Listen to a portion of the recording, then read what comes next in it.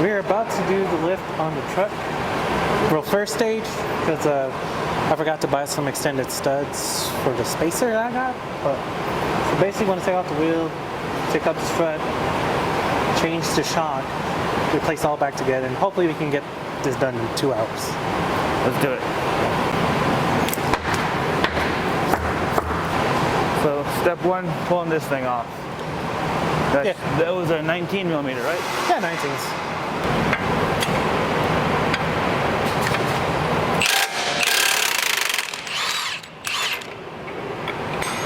Next is to make sure the sway bar links are actually loose.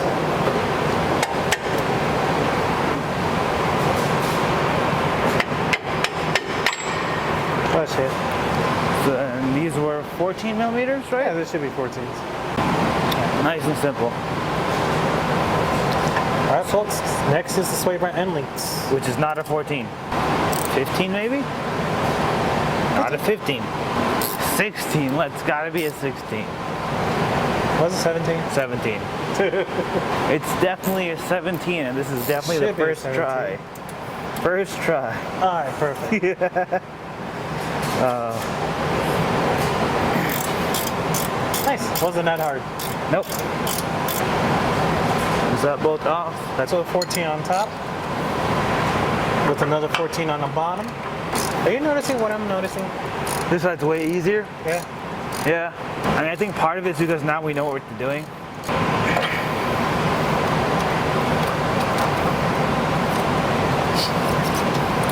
Yeah, those are gone. Yeah, this is all trash. There's no way any of this is usable. I'm gonna take out the top hat bolts, which are 14 millimeter from there. I'm telling you, the lift makes things so much easier. Oh, it does. So, any recommendations for y'all to have is get a lift if you can.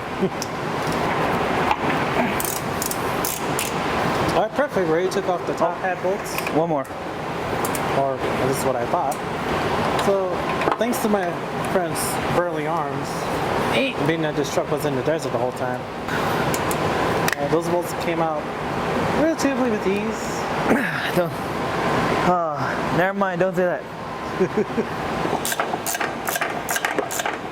So one thing we gotta remember. Yeah, well, we gotta remember. So like, we gotta line up this bit with this bolt right here. So it's straight down. Because remember how much of a pain in the ass we had yesterday? Let's, before we do that, gentlemen, let's find a way to mark it so we know. I mean, no, all we need to do is like, look, so this bolt right here, make sure that hold on. Okay, go ahead. Okay. So basically one thing you gotta remember is line up that whole bolt that's on the top of the shock mount right there to the bottom shock mount. Make sure that they're parallel. That way it's a lot easier to put the thing in there. We made the mistake of not making sure that they were lined up yesterday, and there was a lot of manhandling and pry barring and cussing and just general displeasure. Yeah. Yeah. Yes, gentlemen. Okay, now to pull the spring off the strut. All right, folks. Right now we're going to put it into the screen compression tool. This probably falls under the category of tool that most people don't have access to. Yeah, but if you do have those clamps, which are not most advised, but we got them. Basically, you got a compressor spring.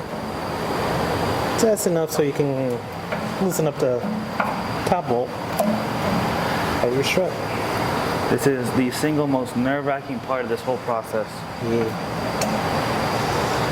There we go. There we go.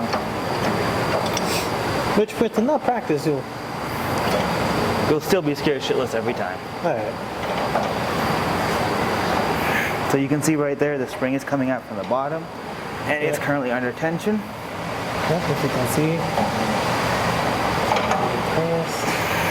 Just like that. So now it's safe to remove.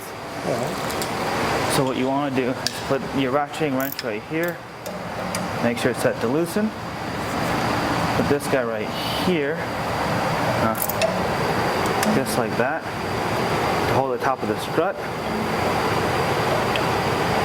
And then crank on it.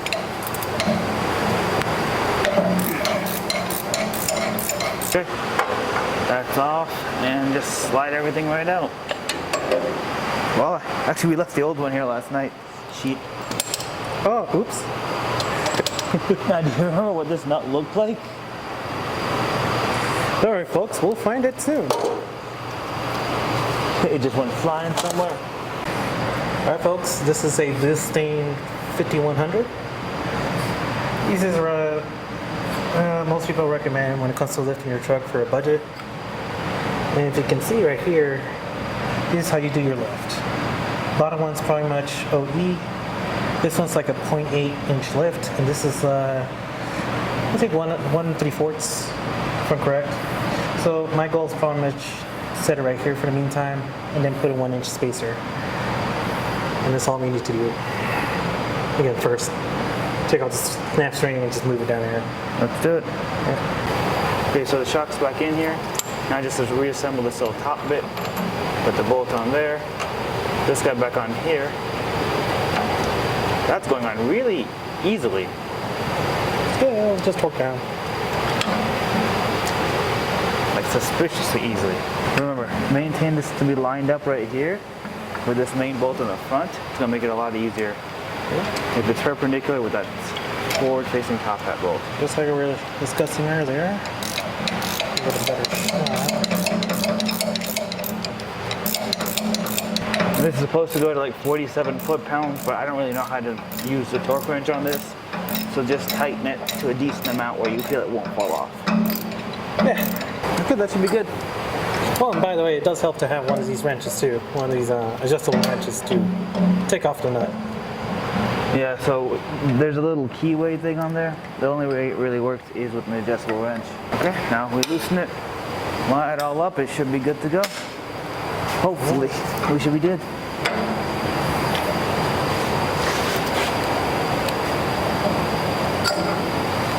And last thing, folks, just make sure your spring is well seated onto the perch. And yeah, that's where you at least replace your shock on a Tacoma strut.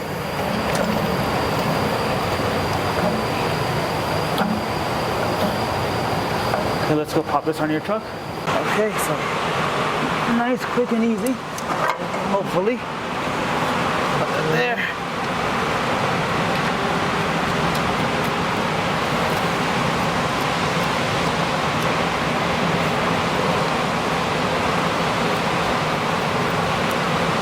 Now these things go to like 27 foot-pound.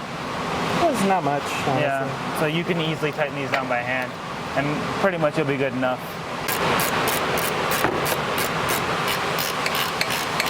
So like we said earlier, one of the most important parts is to line this guy up nice and straight with this. So the hole and hole. If you don't line it up, it will be a massive pain in the ass. Mark my words. And actually, I think I can probably put this in single-handedly. So we got a pry bar. So the way we did it, basically we pulled down from here with the crowbar, just like so, right? So first, of course, we went like this, find a good spot, and then just push down until you get enough. Well, until you get to this point where you can put in the bolt. It won't go in all the way, but don't worry. We have another way. Going like this, push it in, and of course, and do your job on the trusty mallet. You know, a little few taps and it'll go in. Okay, now this thing gets torqued down to 100 and how many foot-pounds? 101. 101. So this is super easy. Put the bolt back in right here, and then just like that. That's 1 click, 2 clicks, 3 clicks. Yeah. So of course you might ask why I didn't go all the way. You know, close to the perch. And also I just didn't want a more harsher ride. So once I get my extended studs, which are right here, there we go. So I get my extended studs, I can put in a 1 inch spacer, which will give me at least close to 2 inches of lift. So I can put in the front tires, which look like that. Now we're just getting rid of the old sway bar end link right here. You should, And also, I guess, surprise, surprise, we're doing a sway bar end link replacement too. So of course, normally this has a torque setting. probably like 20 or 30 or 45 or something like that. And 67 if I remember correctly, but I this point, just torque it as tight as you can. It'll be fine. And the new one is on a 9-lock washer too, so you should be fine no matter what you do. Again, these also have 9-lock washers, so I'm not too worried about like the torque. Yeah. Do it as tight as you can, gentlemen. All right, so if you look, pretty easy going. If for some reason your suspension isn't fighting you for anything. So that side we did the same thing of putting the Belstein shock, but it just took us like 2 hours to do it. Actually less, I think it's been like an hour and a half. Honestly, where did this come from? Of course. What? Where did this bolt come from? I don't know. Good question. I mean, they all came with new bolts anyway, so fuck it. Yeah, but to say the reason why we took so long over there, obviously because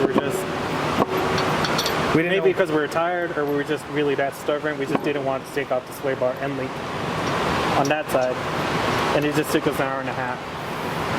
So if you are having difficulties installing your shock here in the bottom, what you can do, you can just loosen the bolt on the lower shock. That side, lower shock, I mean lower control arm, or loosen that one and a couple bolts here, and this should give you enough. It shouldn't be that tight enough where you can't put the shock in, basically. Knowing what to pry on is what made this way faster. Because in reality, yesterday we were just guessing at it. Now we worked out our kinks, we know exactly on what part of the controller to push down on. When it came to getting that bolt to go all the way through the lower bolt hole in the shock, we didn't figure out that you have to pry the lower shock in a little bit just to slide it in. That was almost like 40 minutes in and of itself, trying to get the bolt into the shock hole, and then another 40 minutes trying to get it all the way through the shock hole and getting the bolt on. Like, the experience really makes this a lot easier and a lot faster. And now, fellow viewers, at least we gave you a little bit of a chance to, maybe a chance, but at least an idea to make it hopefully easier for you guys to install these shocks onto your truck. Yeah, ready. All right. So here's the springs in action.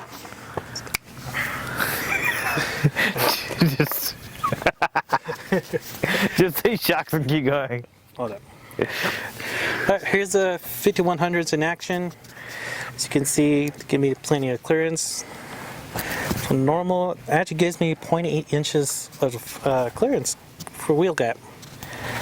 And honestly, they ride pretty well. Like, of course, right now I'm more preloaded from stock because of the perch. But other than that, they ride pretty fine. They actually feel pretty normal, which I like. And of course, with a legit 2-inch spring setup, they'll probably feel way more better. And of course, the reason why I'm doing this is because I do want to fit those rear tires, which I have back at home. I have a full set of those rear tires at home into the front. And yeah, sadly enough, they do rub. What I'm running is 265 70 R17s. And if you wanted to know if it did clear, it does not clear the front. It does clear in the rear. So that's pretty much all for now. Hopefully we make another 2-part where we install the spacers in the front and actually install the tires in the front. And we'll go off-roading more and show you how the performance of these shocks work. Oh yeah, by the way, still have to do the rears. Wait, what? Yeah, we still haven't installed the shocks in the rear. You bought shocks for the rear? Yes. Because again, I'm going to lift the rear too. Oh, when do you want to do the shocks in the rear? When I find the shackle that I'm missing. Oh, that's what you meant. Mm-hmm. I'm missing just one piece to brace the rear. So you lost like all the parts. I lost one pieces of the parts to do this. Because literally we waited for more than like 6 months to do this. Actually, no, but the front spacers too, you had to reorder that. I had to reorder that. So, I okay. had the plastic ones. The reason why we're not putting the front spacer on is because the stud that's on the stock top hat is too short to go through the spacer and have enough thread on it to properly secure the nut to the actual top hat mount. So, yeah, so that's basically it. Other than that, we replaced the sway bar end link, and yeah, overall, like you said, it rides good.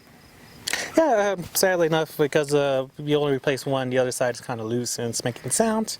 But that's because that part is just gone. So after I replace that, the truck should ride pretty normal. Shock-wise, it rides pretty well, like I mentioned. So when we do the spacers, we're definitely doing that CV axle. Nope. No, No. motherfucker. That just Motherfucker, yeah. No. Don't worry, we'll get to that point. No, when we're doing the spacers, more likely I'm also going to drop the diff. Because I do have a drop. the diff drop kit, or whatever the fuck it's called. Exactly. And actually, I'll just look around, see how much is a CV axle for this truck. And we'll go from there. Any closing thoughts, my friend? Needs off-road lights. Oh yeah, that too. Like I really want to like weld like a little custom bed cage or bed frame or whatever the fuck those things are. Like the old like. Oh, the roll cage? Yeah, like Back to the Future style with the That's lights. what I want, yeah. So yeah, this is a starting project and making this truck look a little bit more better than how it looks right now. I like it, dude. I really like this. Okay, so we need to do like a road trip with this and the OBS. Yeah, hopefully one day. Probably next year, this year, whatever it is. Nah, I think like in a few months. It should be possible. I think that's the whole idea. Maybe we can go visit Jackson in the trucks. Oh no, Jackson's gonna be out soon. No, because I want to go to that alien superhighway thing, take the 2 trucks and go off-roading around there. Like the main thing is I want to compare how does a 4-wheel drive Tacoma V6 handle against a non-4-wheel drive OBS. With the heavy bed in the rear. Yeah. Is it heavy actually? The bed, yeah, it is actually. That thing is fucking full steel. Actually, I don't think I've posted anything about the OBS on YouTube yet. No, you have it. Seriously, I'm just surprised it clears in the rear. Not that much actually. It barely clears in the rear, but it clears enough. Yeah. Okay, low-key, this will make a really good Instagram photo. You might as well take a picture now.